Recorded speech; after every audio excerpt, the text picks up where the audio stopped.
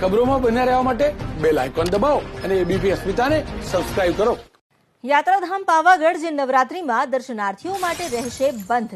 16 ઓક્ટોબરથી 1 નવેમ્બર સુધી યાત્રાધામ પાવાગઢમાં દર્શનાર્થીઓ દર્શન નહીં કરી શકે.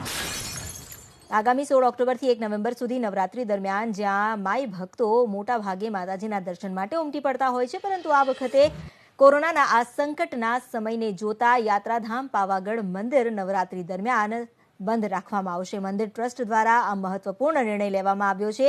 જોકે ભક્તો માટે વર્ચ્યુઅલ દર્શન માટે એલઈડી મૂકવામાં આવશે. તળેટીમાં એલઈડી સ્ક્રીન મુકાશે જેથી લોકો દર્શન કરી શકે અને વર્ચ્યુઅલ દર્શન માટે આવતા દર્શનાર્થીઓ માટે પણ કોવિડની ગાઈડલાઈનનું પાલન અતિ આવશ્યક છે.